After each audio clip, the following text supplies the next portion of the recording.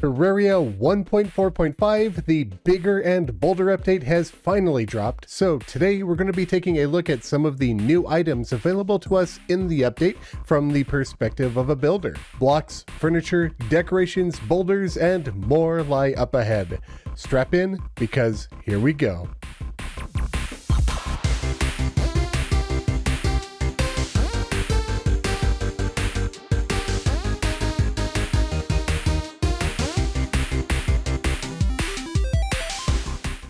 Greetings friends, Khaios here. I am back. A new year, a new logo, a new intro, and a brand new Terraria update to boot. I couldn't think of a better time for a big comeback. As many of you already know, I worked on the 1.4.5 release trailer with Chippy Gaming, so I've already had a pretty thorough look at the update already, and frankly, there is a lot of stuff in here for builders. New monoliths, new decorative pieces, new paintings, new pylons, several new boulders, and a ton of new blocks and furniture, and so much more. So today, let's take a look at what's in store for us builders in this update. Bigger and Bolder brings us a laundry list of new materials to throw into our builds. In total, there are 29 blocks, 20 walls, 22 furniture sets, 3 or 4 monoliths depending on how you look at it, and a handful of other miscellaneous features and placeable furniture items. It's an incredibly massive quantity. In fact, there are over 680 new items in the update, and that's not including changes to stuff that was already in the game. The new blocks cover a wide range of themes, from nature to dungeon, ocean to sky, modern to holiday, unbreakable decorative cobwebs to Flink's fur block. Most of the new blocks have furniture sets, but there are also new furniture sets for several old block sets that either didn't have furniture before, or they had a couple of pieces of furniture but didn't have a complete set, such as the Gothic dungeon furniture. I'm going to be covering every single block and wall, all of their special features, and how to obtain them in my next video, then all of the new furniture sets in the video after that, so be sure to stay tuned. Subscribe to the channel to not miss any of the upcoming content. But for today, let's take a look at some of the new decorative items in this update. The Rubble Maker has been a wonderful addition to the game since the last update when it dropped, but it has always had holes in its capabilities. For a long time, I've wanted to be able to place stalactites, stalagmites, icicles, and pots. Can the Rubble Maker do that in 1.4.5? Well, no. But these two new items can. Meet the Tidy Mighty and the Portable Kiln. Both of these wonderful items are purchased from the Demolitionist as soon as you get him for around 20 gold each, depending on his happiness level. They work pretty much the same way that the Rubble Maker does. The Tidy Mighty and the Portable Kiln read your inventory from left to right, top to bottom to determine what type of decoration piece to place. If a material doesn't have a pot, stalactite, stalagmite, or icicle, the devices will move on to the next one to the right until it reaches the end of a row, then move on to the row down below, continuing so on and so forth until it finds a valid material. Once it has that valid material, such as sandstone for instance, you can scroll through various different designs of pots and pointy rocks by equipping the appropriate item and pressing up or down like you would with the Rubble Maker. Unlike the Rubble Maker, however, there is no right-click option, as it's just not needed with these. Stalactites, stalagmites, and icicles can be placed on the tops or bottoms of any solid block. You do not have to worry about placing stone stalactites on stone block. I know that's where they spawn normally, but you could actually place anything on any block. So if you wanted to place icicles on a stone block, you absolutely could.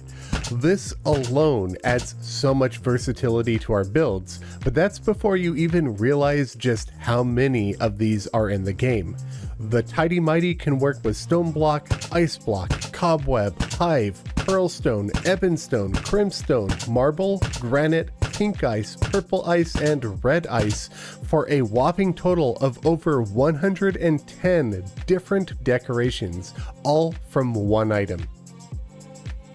The portable kiln works much in the same way. These pots are quite different from the ones that we find naturally generated in the world. For starters, they do not break when you attack them, as they are decorative furniture. You have to target them with a pickaxe or break or hammer the block beneath them to break them. When they do break, they will not drop any of the loot that you find from the normal pots throughout the world. These are strictly for decoration. Pressing up and down on the portable kiln will cycle through different pot designs, and again, there is no right-click feature. The portable kiln works with clay, ice block, bamboo, ebonstone, crimstone, obsidian, bone, lizard brick, marble, sandstone, hardened sand, and cobweb for a grand total of 102 different pot styles. When you place decorative pieces with the Tidy Mighty or the portable kiln, they can be done on any solid block as well as platforms, but they cannot be placed on tables. If a platform is hammered to a lowered position, stalactites can cling to the bottom of them. When any of these pieces are broken, just like with anything that you place with the Rubble Maker, they will return the material that you used to place them. Now, with that out of the way, let's take a look at some of the more dangerous items in this update.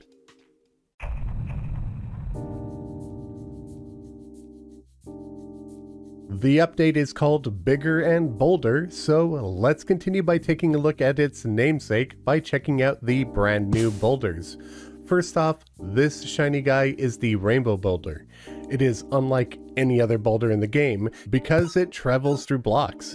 It bounces from items of interest, such as ore nodes, life crystals, pots, chests, and the like. When it bounces, it shimmers and creates a flash, and it could be a pretty useful tool for exploration. Another interesting thing about this boulder that makes it unique from every other boulder in the game is that it is friendly. It will damage enemies in its path, but it will leave you alone. When you're exploring below ground, it is easily spotted in its natural generation as it glows in the dark, but you can also craft it using one boulder and 50 fallen stars at a crystal ball. This one looks absolutely amazing, and given its appearance, you could probably immediately guess what it's going to do. This is the lava boulder, and as the name implies, when the boulder ends its roll and breaks, it will create a pool of lava. There are a few surprising bits to this boulder for me. You would think that this boulder would hurt you on contact, like a rolling cactus does, and maybe even apply a burn effect, but shockingly, it doesn't. Additionally, I would assume that the lava cracks would glow in the dark like some of the potted lava plants, but they don't. Regardless, this is a really fun new addition, and I could think of several ways to use it in adventure maps. You can craft the lava boulder with a normal boulder and a lava bomb at a heavy workbench. Speaking of the heavy workbench, in 1.4.5 it has been renamed to Heavy Assembler. So if you're struggling to find it in your journey mode menu, that would be why. Not sure how I feel about the name change, honestly. It's gonna take some getting used to. I'm not quite sure why they changed it, but it is what it is. Enough about that, let's focus on the next boulder. Next up, we have a bit of a stinker. You all know how much I love the poo block. Well, now it has found a deadly form. Poo boulder is, well, a boulder made of poo. It stinks when you touch it, it spawns flies where it sits. It is exactly what you think it is. When it rolls and breaks, it creates a poo pile of blocks at that point. To craft it, all you need is 20 poo at a heavy assembler. Moving on, this boulder is creepy and crawly. If you have arachnophobia, you will probably hate this boulder more than any other in the game. The spider boulder is a spider that's curled up into a ball and is acting like a boulder. When you hit it or drop it, it will roll like a normal boulder, but it will create a trail of cobwebs as it bounces around, which could be extremely useful or extremely annoying depending on what you're after. When the boulder reaches its end, it will break and turn into a spider that will then chase and attack the nearest player. To craft this creepy ball of death, you need a normal boulder and 200 cobweb at the heavy assembler. Finally, and my personal favorite, is a ghastly rock of death. Have you ever played any of the Mario games where you encounter boos? When you turn away from them, they chase you. When you face them, they stop moving, and depending on the game, sometimes they'll turn into stone. Do you get where I'm going with this? This glorious rock is called the Boulder. It is a slightly odd looking boulder when it's placed. When you drop it, it'll roll and act like a normal boulder. However, when it breaks, it will become something entirely different. Upon collision with a solid block, it turns into a ghost of the boulder, which will chase you or any nearby player with a vengeance. If a player is looking at it, it will get shy and turn back into a boulder, falling motionless onto the floor. But as soon as you look away, it begins its pursuit again, and it is very quick. It'll stick around for about 12 seconds before vanishing. While it can damage enemies, town NPCs, and critters that it happens to collide with, it will only have eyes for players and it will only chase them. The Boulder can be crafted at a heavy assembler with a boulder in a graveyard biome. Now, I do love all of these new boulders. However, I have to say I'm a little sad that we only have the statue version of the standard boulder. 1.4.5 didn't bring any other boulder statues to the game. That means none of these new boulders can be spawned via statues either. Personally, I think it would be amazing to have all of the boulders in statue form for adventure maps, especially the Boulder, as I would love to make a haunted house adventure map that doesn't just have one-time use ghosts. But regardless, I love all of these new boulders. Now let's wrap up today's video by looking at a few more items that are new to the update and interesting to builders. Many of you noticed that in the 1.4.5 trailer, I placed a shimmer pylon in one of the builds, but actually there are two new pylons.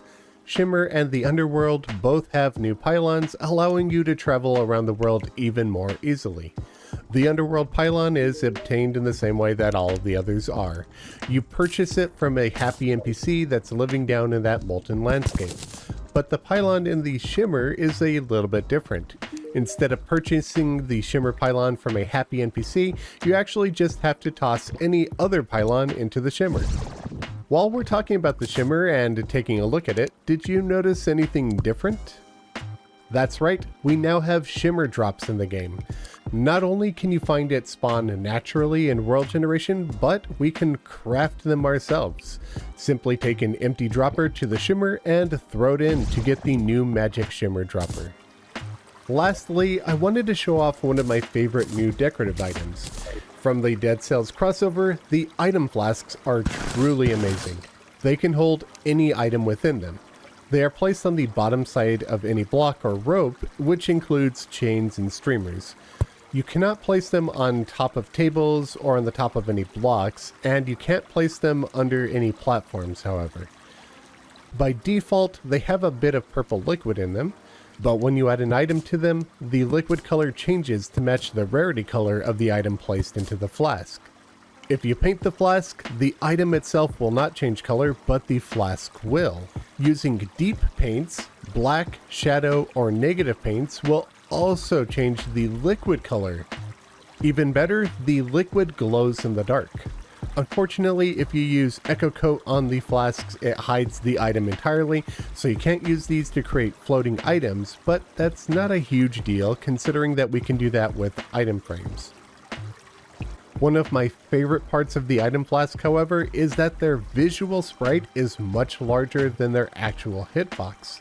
What this means is you could actually get them to overlap with each other or other pieces of nearby furniture or blocks. Honestly, I love the way that these items overlap with each other, so you can have more items in a smaller area and not have the items be so tiny. I wish more furniture in the game worked this way, so you could have more things overlapping with each other. In order to craft an item flask, all you need to do is take 6 glass and 1 chain to a furnace. This update has a ton of other things to take our builds to the next level, but it's too much to talk about in today's video. Blocks will be covered in an upcoming video, as well as furniture sets in another. I'll be covering monoliths in the near future as well as new features and changes to items already in the game that really elevate our builds. I have so many videos planned for this update, and I'm excited to dive further into it. But for now, be sure to like, comment, and subscribe to help support the channel, and let me know what you are most excited for in the 1.4.5 update. A special thanks to my biggest supporter for the month, Khaios. And be sure to check out my channel artist, MythicalWater, who helped design my new awesome channel logo as well as the new thumbnail art. You can find their content linked in the description below. Thank you all very much for watching. Be back soon with a new 1.4.5 video. Happy building!